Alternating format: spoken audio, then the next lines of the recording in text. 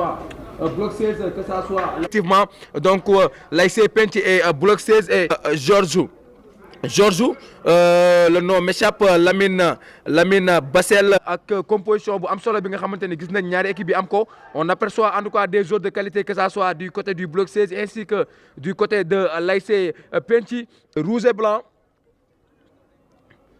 Et c'est parti pour 90 minutes pour la première partie, 45 minutes qui sera jouée ici au stade Albouri Ndiaye de Louga.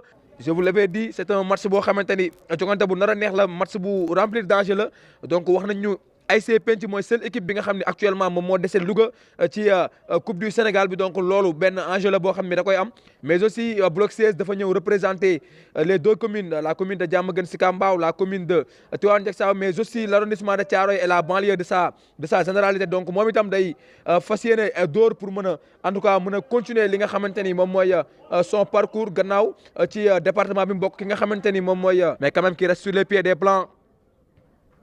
On va essayer de jouer pour l'arrière droit. Il a réussi à tenir la balle toujours. Les taureaux de la banlieue toujours. Qu'est-ce qu'il va faire? Frappe. Et le gardien qui va...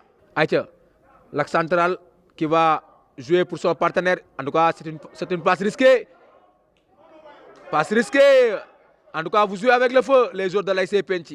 Et malheureusement, qui a di fàttali ni match nul mënul am ci rencontre bi. bu dee les 90 minutes se sont écoulées kenn dugalul dañuy dem ci séance de tir au but pour mën a départager les deux équipes aca centre vers la surface Missane et la balle qui est sortie et par les taureaux qui continuent à pousser le Hinder réussit toujours extérieur du pied pour l'excentrer. Qu'est-ce qu'il va faire? Il entre dans la surface de réparation. Qu'est-ce qui va se passer?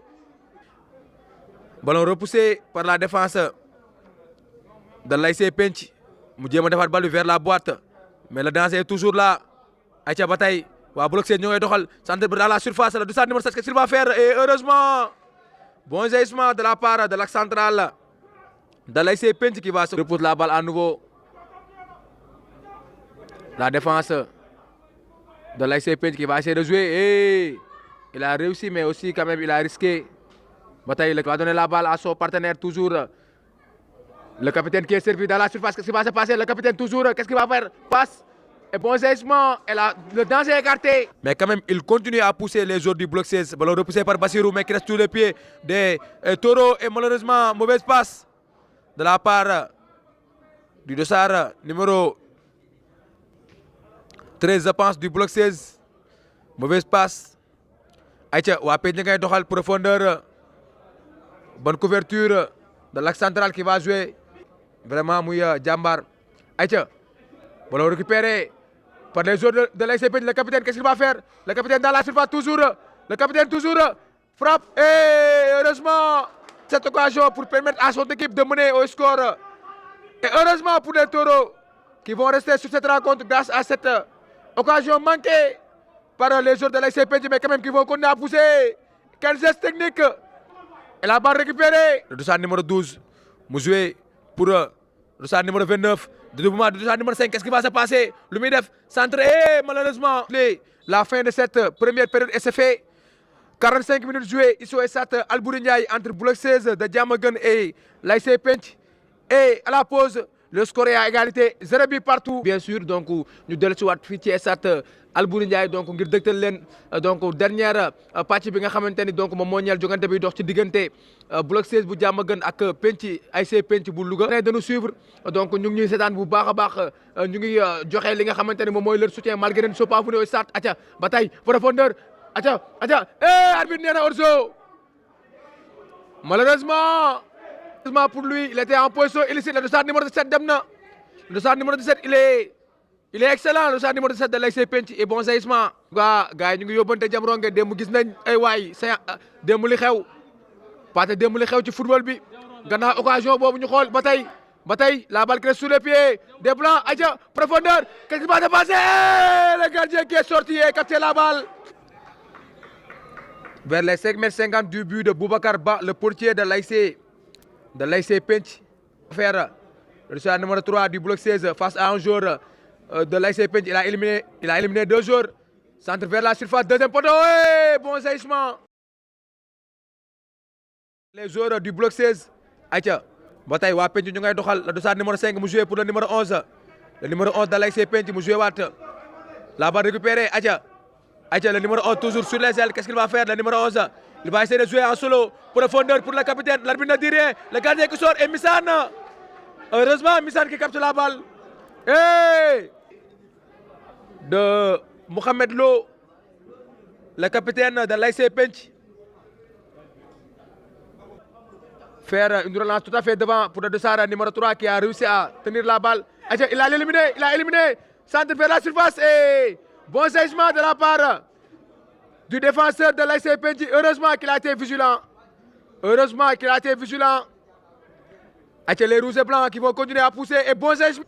Mais pour honorer particulièrement la commune de Diamaguène Sicap Mbao et la commune de Tivaouane Diacksao, on l'a récupéré. Le numéro 13, qu'est-ce qu'il va faire? Centre, le Midef, malheureusement. Les Tarkina Boys qui continuent à pousser.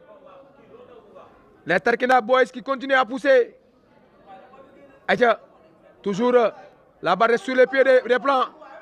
Toujours les plans dans la surface. Qu'est-ce qui va se passer? Frappe. Et malheureusement, parvient à mettre la balle en touche. Touche en faveur des rouges et blancs. Djibril Diatta lui aussi en touche. Moins public, malgré ces occasions manquées, Mohamed Lo est applaudi par tout le public de l'Estade Albouri Ndiaye. De douleur, et il est sorti du terrain, espérons qu'il va revenir. Et ñu ngi may wax aussi Walidane toog na ñu may wax aussi ci commentaire yi Walidane aussi a été gagné. Le cinquième changement et c'est le dossard numéro 8. Le dossard numéro but et 4 minutes supplémentaires. ñoo jógee Dakar ba fii ngeen ñu yóbbu jëm Ronge. ayca le jeu se poursuit en tout cas temps bi jeexagul lu ne mun naa xew. démb gis nañ match Real bi à la dernière minute le gardien a marqué.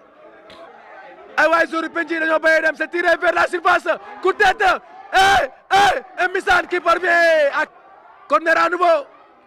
La toute dernière occasion de cette rencontre.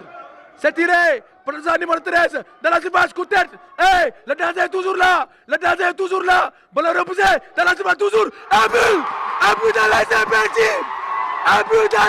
Penc. Quel scénario.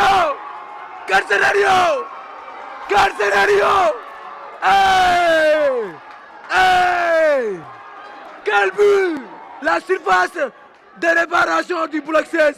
Et quand même, ils ont eu raison, car les joueurs ont marqué ce but. Et l'ASC Penc qui parvient à marquer ce but libérateur.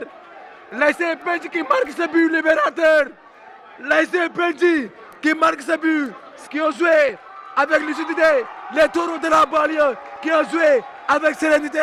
Mais malheureusement, il la perd.